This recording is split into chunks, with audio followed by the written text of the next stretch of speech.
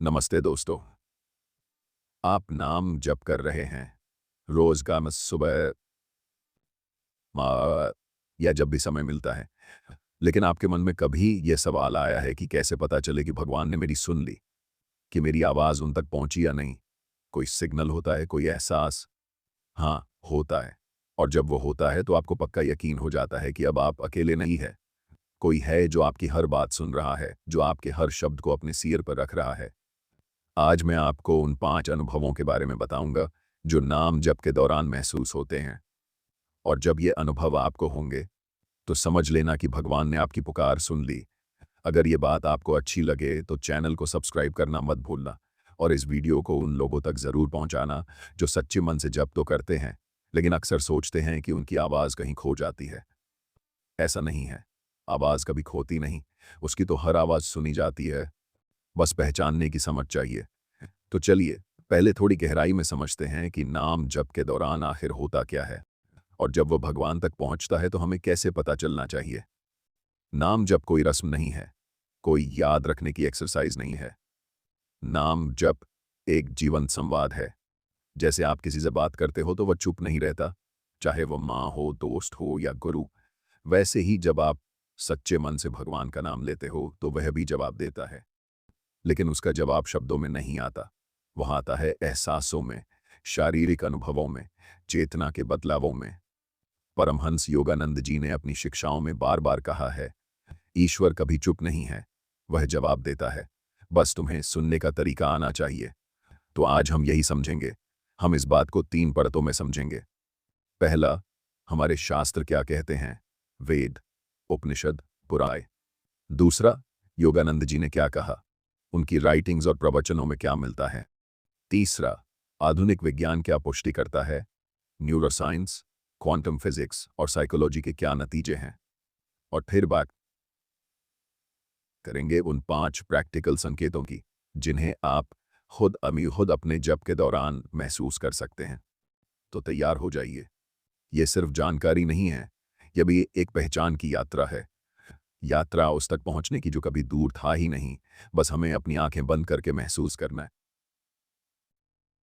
पहला संकेत, अचानक आंखों से आंसू आने लगे, बिल्कुल बिना किसी कारण के। आप बैठे हैं, सुकून से नाम जप कर रहे हैं, सांस ठीक है, मन ठीक है, कोई दर्द नहीं, कोई बुरी खबर नहीं, और अचानक आपको महसूस होता है कि आपकी आंखें भर आई हैं, गला रूंध गया, आंसू बहने लगे हैं। आप सोचें, हुआ क्या? मैं रो क्यों ना हूं, मैं तो खुश हूं। लेकिन वह आंसू रुकते नहीं, वह अपने आप बह रहे हैं। यह पहला और सबसे स्पष्ट संकेत है कि भगवान ने आपकी सुन ली। आंखों के आंसू शब्दों से बड़ी भाषा है। शास्त्र क्या कहते हैं? नारद भक्ति सूत्र में एक बहुत सुंदर बात लिखी है, यत्र गायत्री तत्र रोदिति। जहां सच्ची भक्ति का गान होता है, वहां प्रेम के आंसू अपने आप बहने लगते हैं। ये दुख के आंसू नहीं है, ये मिलन के आंसू है। जैसे सालों बाद अपनी मां से मिलने पर आंखें भर आती हैं, वैसे ही जब आपकी आत्मा उस परम चेतना से जुड़ती है तो शरीर उस आनंद को रोक नहीं पाता। स्कंद पुराण में भी लिखा है कि भगवान के नाम में इतनी शक्ति है कि जब वह हृदय में उतरता है तो मन का सारा मैल धुल जाता है और आंखों से वह मैल आंसू के रूप में बाहर आ जाता है। योगानंद जी ने तो इन आंसुओं को भगवत कृपा का प्रत्यक्ष प्रमाण बताया है। उन्होंने लिखा, जब तुम्हारा हृदय पिघलता है तो समझो ईश्वर करीब ही है। आंसू एक भाषा है जो शब्दों से परे है। वे कहते थे कि प्रार्थना का सबसे ऊंचा रूप वह है जहां मुंह से कुछ नहीं निकलता, सिर्फ आंखें बोलती है। उनके अनुसार जब आप सच्चे भाव से नाम लेते हो और आंखें भर आएं, तो वह समय होता है जब आपके अंदर का अहंकार खुल रहा होता है और भगवान आपके समीप आ रहे होते हैं। और विज्ञान भी इसकी पुष्टि करता है। न्यूरोसाइंस के अनुसार रिपीटेटिव चैंटिंग से दिमाग का लिम्बिक सिस्टम, जो हमारी भावनाओं का केंद्र है, अत्यधिक सक्रिय हो जाता है। इससे इमोशनल रिलीज होता है। जैसे बादल बरसकर हल्का हो जाता है, वैसे ही दिमाग भावनाओं को छोड़कर हल्का हो जाता है। इसी को कैथारसिस कहते हैं। दिमाग में जो दबी हुई भावनाएं होती हैं, न जाने कौन सी जन्मों की, वह नाम की ध्वनि से उत्तेजित होकर आंसू के रूप में बाहर आ जाती हैं। लेकिन ध्यान रखिए, ये दर्द के आंसू नहीं हैं। आप रोने के बाद हल्कापन महसूस करते हैं, सुकून महसूस करते हैं। तो प्रैक्टिकल तौर पर याद रखिए, अगर आप जप कर रहे हैं और आंखें भर आई, गला रूंझ जाए, बिना किसी दुख या बुरी खबर के, तो समझ लीजिए भगवान ने आपकी सुन ली। ये पहली पक्की निशानी है। इससे मत डरो, इसे रोको मत, इसे जीने दो, क्योंकि वह आंसू तुम्हारे और उसके बीच की दूरी मिटाने का पहला कदम है, निरोध है। दूसरा संकेत, समय और स्थान का भान खत्म हो जाना। आप नाम जब शुरू करते हैं, कुछ देर बाद आंख खोलते हैं तो पता चलता है कि आधा घंटा बीत गया, या 1 घंटा, या कभी कभी तो आपको लगा कि अभी तो शुरू किया था, और घड़ी देखते हो तो 2 घंटे बीत चुके हैं। आप दंग रह जाते हो, विश्वास नहीं होता। लेकिन ये कोई मानसिक भ्रम नहीं है, ये एक गहरी अवस्था है। इसका नाम है टाइमलेसनेस। शास्त्र इसे समय के पार जाने का पहला द्वार कहते हैं। पतंजलि योग सूत्र में कहा गया है, तत्र प्रत्यय एकतानता। जब आपकी एकाग्रता इतनी निरंतर और एक सूत्र हो जाती है कि बाहरी दुनिया गायब हो जाती है, यही समाधि की ओर पहला कदम है। आप अब दीवारों, फर्नीचर, शोर, यहां तक कि अपने शरीर के एहसास को भी नहीं पहचान रहे। केवल नाम है, और उस नाम के पीछे की चेतना है। मांडूक्य उपनिषद भी कहती है कि जैसे नींद में समय का पता नहीं चलता, वैसे ही जागृत अवस्था में भी जब मन एकाग्र हो तो समय अपना अर्थ खो देता है। योगानंद जी इस बारे में बहुत स्पष्ट थे। उन्होंने कहा, नाम जप के दौरान अगर तुम्हें नहीं पता चलता कि 5 मिनट हुए या 1 घंटा, तो समझो तुम्हारी आत्मा ने ईश्वर को छू लिया। उनका कहना था कि यही सच्ची प्रार्थना है, जहां समय मर जाता है। वे कहते थे कि जब तुम नाम जप करते हो तो तुम सामान्य मनुष्य की चेतना से ऊपर उठ जाते हो। वहां मिनट और सेकंड नहीं होते, वहां सिर्फ अनंतता होती है, अस्तित्व होता है, और विज्ञान इसे फ्लो स्टेट कहता है। ऐसे साइकोलॉजी में एक फेमस कॉन्सेप्ट है, जब आप किसी कार्य में इतनी गहराई से लीन हो जाते हो कि आपको अपने आसपास कुछ दिखता नहीं, समय का कोई हिसाब नहीं रहता, उसे फ्लो स्टेट कहते हैं। जैसे कोई संगीतकार संगीत में इतना खो जाता है कि उसे पता नहीं चलता कि दिन गया या रात आई, वैसे ही जप में फ्लो होता है। रिसर्च बताती है कि जब हम फ्लो स्टेट में होते हैं तो दिमाग का डिफ़ॉल्ट मोड नेटवर्क शांत हो जाता है। ये नेटवर्क ही हमें समय और सेल्फ अवेयरनेस का एहसास कराता है। जब ये बंद होता है तो समय गायब हो जाता है। आपके सामने बस एक विस्तार होता है, एक शून्य, एक अनंत। तो प्रैक्टिकल संकेत ये है, आप जब खत्म करो, घड़ी देखो ना आप और सोचो, अभी तो शुरू किया था, 5 मिनट हुए होंगे, और घड़ी कहे कि 50 मिनट बीत गए। या फिर आपको पता ही नहीं चलता कि आप कहाँ बैठे हो। आपने अपना हाथ नहीं महसूस किया, अपना पाँव नहीं महसूस किया, बस एक स्पंदन है, एक ध्वनि है, एक अस्तित्व है। यह दूसरा पक्का संकेत है कि भगवान ने आपकी पुकार सुन ली। अब आप समय से बाहर हो, और जब आप समय से बाहर होते हो तो आप उसके समय में दाखिल हो जाते हो। तीसरा संकेत, शरीर में हल्कापन या रोंगटे खड़े हो जाना। आप जप कर रहे हैं, सब शांत है, चींद है, और अचानक आपके शरीर में एक सिहरन दौड़ जाती है। रोंगटे खड़े हो जाते हैं, बिना ठंड के, बिना डर के, बिना किसी कारण के, कभी पीठ पर, कभी बाहों पर, कभी रीढ़ की हड्डी के साथ, और साथ में एक अजीब सा हल्कापन, जैसे आपका शरीर हवा में तैर रहा हो, जैसे आप उड़ रहे हो। आपको लगता है कि आपका भार कम हो गया है। यह तीसरा संकेत है। शास्त्र इसका बहुत महत्व बताते हैं। शिव संहिता में लिखा है, जब कुंडलिनी शक्ति के जागरण के प्रारंभिक लक्षणों में रोमांच, सिहरन, शरीर में स्पंदन होता है, तो यह दैवी ऊर्जा का स्पर्श है। यह सामान्य शारीरिक प्रतिक्रिया नहीं है, यह चेतना के ऊपर उठने का लक्षण है। यह बताता है कि आपके अंदर कोई ऊर्जा जागी है जो कभी सोई हुई थी। उपनिषद भी कहते हैं कि जब प्राण ऊर्जा ऊपर उठने लगती है तो शरीर में जलने या रोमांच पैदा होते हैं। योगानंद जी तो इसे प्रेम की भाषा कहते थे।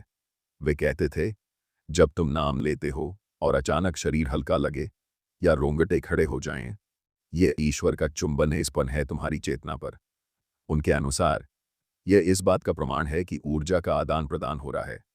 तुम सिर्फ शब्द नहीं कह रहे, बल्कि उस शब्द का स्पंदन तुम्हारे हर परमाणु में उतर रहा है। योगानंद जी के शिष्यों ने लिखा है कि जब वे उनके आश्रम में जप करते थे तो कभी कभी उनका पूरा शरीर रोमांच से भर जाता था। वे महसूस करते थे कि जैसे उनका शरीर गायब हो रहा है और सिर्फ स्पंदन बच रहा है, और विज्ञान इसे फ्रिसन कहता है। फ्रिसन वह अवस्था है जब हम अत्यधिक आनंद, विस्मय या भक्ति में होते हैं तो हमारा वेगस नर्व, जो हृदय से मस्तिष्क तक जाता है, उत्तेजित हो जाता है। इससे पैरासिम्पैथेटिक नर्वस सिस्टम सक्रिय होता है और शरीर रोमांच से भर जाता है। यही कारण है कि संगीत सुनते समय भी रोंगटे खड़े हो जाते हैं। लेकिन नाम जप में यह अधिक गहरा और स्थायी होता है, क्योंकि यह सिर्फ बाहरी उत्तेजन नहीं बल्कि आंतरिक ऊर्जा का जागरण होता है। तो प्रैक्टिकल रूप से अगर आप जप के दौरान महसूस करो रीढ़ में ठंडक या गर्मी, बाहों पर खड़े रोंगटे, शरीर इतना हल्का कि लगे उड़ जाओगे, तो समझ लो भगवान ने तुम्हारी लय पहचान ली और उसमें अपना सुर मिला दिया। यह तीसरा संकेत है। इसका अनुभव करने के बाद आपको यकीन हो जाएगा कि कोई नहीं है जो अदृश्य रूप से आपको स्पर्श कर रहा है। चौथा संकेत, बीच में ही नाम अपने आप बदल जाए या एक नया नाम आ जाए। आप एक विशिष्ट नाम जप कर रहे हो, मान लो राम, और अचानक तुम्हारी जीभ कहे हरि या कृष्ण या ओम या कोई ऐसा नाम जो तुमने कभी जाना ही ना हो। हो सकता है तुम सिख हो और जपते जपते मुंह से अल्लाह निकल जाए, या हिंदू हो और वाहे गुरु आ जाए। पहले ये अटपटा लगता है, क्योंकि हम सोचते हैं कि हम एक खास परंपरा से आते हैं, एक खास नाम को अपनाया है, तो वही होना चाहिए। लेकिन ये चौथा बड़ा संकेत है जो बताता है कि आप अब उस पार पहुंच गए हो जहां नाम और रूप में भेद नहीं रहा। शास्त्र कहते हैं नाम और नामी में कोई भेद नहीं। तुलसीदास जी लिखते हैं, राम नाम मनियारी, जाको जपत सुनत सब धारी। नाम की शक्ति इतनी अपरंपार है कि जब तुम सच्ची लगन से झपते हो तो वह साई यही अपने आप बहने लगता है, और कभी राम बनकर, कभी कृष्ण, कभी हरि, क्योंकि सब उसी एक सत्ता के नाम हैं। नारद भक्ति सूत्र में कहा गया है कि जब भक्ति पक जाती है तो साधक के मुंह से अपने आप भगवान के अनेक नाम निकलने लगते हैं बिना याद किए। गरुड़ पुराण में भी लिखा है कि जहां सच्चा नाम जप होता है वहां सारी दीवारें गिर जाती हैं। योगानंद जी ने इसे बहुत ही सरल शब्दों में समझाया। उन्होंने कहा, असली जप वह है जो बिना प्रयास के चलने लगे। जब तुम एक नाम ले रहे हो और अचानक तुम्हारा मन किसी दूसरे नाम पर चला जाए तो समझो वह ईश्वर तुम्हें दूसरे द्वार से बुला रहा है। उनके अनुसार यह संकेत बताता है कि तुम्हारी चेतना संकीर्ण धार्मिक सीमाओं से ऊपर उठ गई है और उस एक सत्य से जुड़ गई है। अब तुम किसी एक रूप के भक्त नहीं बल्कि सभी रूपों के स्रोत के भक्त हो। योगानंद जी कहते थे कि जब आपको यह अनुभव हो तो आप कभी किसी धर्म से नहीं लड़ोगे, किसी नाम से नहीं लड़ोगे, क्योंकि आप जानोगे कि सब उसी की महिमा है। और विज्ञान की भाषा में इसे एसोसिएटिव मेमोरी एक्टिवेशन कहते हैं। गहरे ध्यान में दिमाग के सिमेंटिक नेटवर्क, जहां शब्दों के अर्थ और संबंध जुड़े होते हैं, उस तरह सक्रिय होते हैं कि अर्थपूर्ण शब्द अपने आप उभरने लगते हैं। ये कोई विकार नहीं बल्कि चेतना के उच्च स्तर पर पहुंचने का लक्षण है। तो प्रैक्टिकल रूप से जब आप जप कर रहे हो और तुम्हारा मन कहे ये नाम क्यों आ रहा है, मैं तो दूसरा ले रहा था, तो घबराना नहीं, रोको मत। उफ। योगानंद जी ने इसे बहुत ही सरल शब्दों में समझाया। पांचवां और अंतिम संकेत, आंखों के सामने प्रकाश या चमक दिखे, भले ही आंखें बंद हो। यह सबसे दुर्लभ लेकिन सबसे पक्का संकेत है। तुम जप कर रहे हो, आंखें बंद हैं, कमरे में अंधेरा है, और अचानक तुम्हारे भीतर एक उजास फैलने लगती है, जैसे कोई दीपक जल उठा हो। कभी नीला प्रकाश, कभी सुनहरा, कभी चांदी जैसा, कभी केंद्र में एक छोटा सा बिंदु, कभी पूरा विस्तार, कभी लहरों की तरह अंदर और बाहर। ये पांचवां संकेत है। इसके आगे कुछ नहीं, क्योंकि जब वह अपना रूप दिखाता है तो कोई संदेह नहीं बचता। शास्त्र कहते हैं, कठोपनिषद के मंत्र में आता है, यदा पंचावतिष्ठन्ते ज्ञानानि मनसा सह। जब पांचों इंद्रियां मन सहित शांत हो जाती हैं तब आत्मा अपना प्रकाश दिखाती है। यही दिव्य ज्योति है। यह साधारण कल्पना का प्रकाश नहीं है, यह चेतना का स्वभाव है। भगवद गीता में भी कहा गया है कि जिस प्रकार सूर्य संसार को प्रकाशित करता है उसी प्रकार आत्मा शरीर को, और जब वह आत्मा जगती है तो उसका प्रकाश दिखता है। योगानंद जी ने इस अनुभव को अपनी पुस्तक ऑटोबायोग्राफी ऑफ अ योगी में कई बार वर्णित किया है। वे कहते हैं वह प्रकाश ईश्वर का पहला दर्शन है, नीला, सुनहरा या चांदी जैसा। जब तुम ये देखो तो जान लेना कि उसने तुम्हारी ओर ध्यान दिया। वे और आगे बढ़कर कहते हैं यह प्रकाश कोई दूर की चीज नहीं है, ये तुम्हारे अपने अंतस का प्रकाश है। जब तुम्हारे भीतर की गंदगी साफ कर देता है, जब मन की मलिनता हट जाती है, तो वह प्रकाश झलकने लगता है। जैसे दर्पण को साफ करो तो प्रतिबिंब स्पष्ट दिखता है। योगानंद जी ने अपने शिष्यों को कई बार बताया कि जब वे गहरे ध्यान में जाते थे तो उनकी बंद आंखों के सामने एक तेज ज्योति होती थी, और उस ज्योति में वे अपने गुरुजी को देखते थे। उनके अनुसार वह प्रकाश भगवत प्रकाश का पहला स्रोत है, और आधुनिक विज्ञान इसे ट्रांसेंडेंट एक्सपीरियंस या फॉस्फीन के संदर्भ में समझने की कोशिश करता है। लेकिन अंतर यह है कि सामान्य फॉस्फीन अनियमित टिमटिमाहट होती है, जैसे आंख मल्ले से दिखते हैं, जबकि यह प्रकाश स्थिर, शांत और विस्तृत होता है। रिसर्च में यह पाया गया है कि नियमित ध्यान करने वालों के मस्तिष्क के ऑसिपिटल लोब, जो देखने की क्रिया से जुड़ा है, में असाधारण गतिविधि देखी गई है। लेकिन विज्ञान अभी इस रहस्य को पूरा नहीं समझ पाया है। कुछ इसे फोटोप्सिया कहते हैं, कुछ एंटॉप्टिक फेनोमेनन, लेकिन जो इस अनुभव को पाता है उसे इन शब्दों से कोई मतलब नहीं। वह जान जाता है कि वह कौन है जिसने प्रकाश दिया। तो प्रैक्टिकल रूप से अगर तुम अपनी आंखें बंद करके अंधेरे में प्रकाश की उपस्थिति महसूस करो, कोई चमक, कोई ज्योति, कोई रंग, तो उस दिन बस चुप हो जाओ, आंखें बंद रखो, कुछ मत कहो, कुछ मत मांगो, बस उस प्रकाश में डूब जाओ, क्योंकि वह प्रकाश खुद उसका आना है, उसका मिलना है। यह पांचवां संकेत है, और यह बताता है कि उसने नहीं सुनी, बल्कि उसने तुम्हें सामने बुला लिया। तो दोस्तों, ये थे वो 5 संकेत। पहला, अकारण आंसू। दूसरा, समय का गायब होना। तीसरा, रोंगटे और हल्कापन। चौथा, नाम का अपने आप बदलना। और पांचवां, आंखों के सामने प्रकाश। जब इनमें से कोई भी संकेत तुम्हारे नाम जप के दौरान घटित हो, तो समझ लेना तुम अकेले नहीं थे, तुम्हारी हर पुकार सुनी गई। ये संकेत बार बार आने लगेंगे, पहले कभी महीने में एक बार, फिर हफ्ते में, फिर हर जप में। और जब ये स्थायी हो जाए तो तुम्हें प्रमाण की कोई जरूरत नहीं रह जाती। फिर तुम जप इसलिए नहीं करते कि कुछ मिल जाए, बल्कि इसलिए करते हो क्योंकि वह मिलना ही सब कुछ है। तुम्हारा संबंध अब शब्दों से नहीं, एहसासों से हो जाता है। तुम्हारा जप अब यंत्र नहीं, औशीता जादी गीत हो जाता है। परमहंस योगानंद जी ने कहा था, ईश्वर हमेशा पहले उठाता है, तुम्हें बस ये पहचानना सीखना है कि वह कब बोलता है। वह हर पल बोल रहा है, आंसुओं में, सन्नाटे में, रोंगटों में।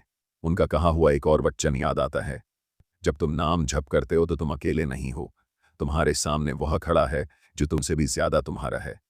तो आज से एक काम करो, अपने जप पर ध्यान देना शुरू करो, उन परिणामों को पहचानो, उन्हें ना तो नकारो, ना उनके पीछे भागो, बस जाने दो उन्हें आने के लिए। और अगर तुम्हें ये 5 में से एक भी अनुभव हो तो कमेंट में ज़रूर बताना। और हाँ, अगर ये वीडियो तुम्हें मददगार लगी तो इसे उस दोस्त को भेजो जो सोचता है कि उसकी प्रार्थना कभी सुनी नहीं जाती, जो हर सुबह उठता है, नाम लेता है और पूछता है भी, क्या मुझे कोई सुन रहा है।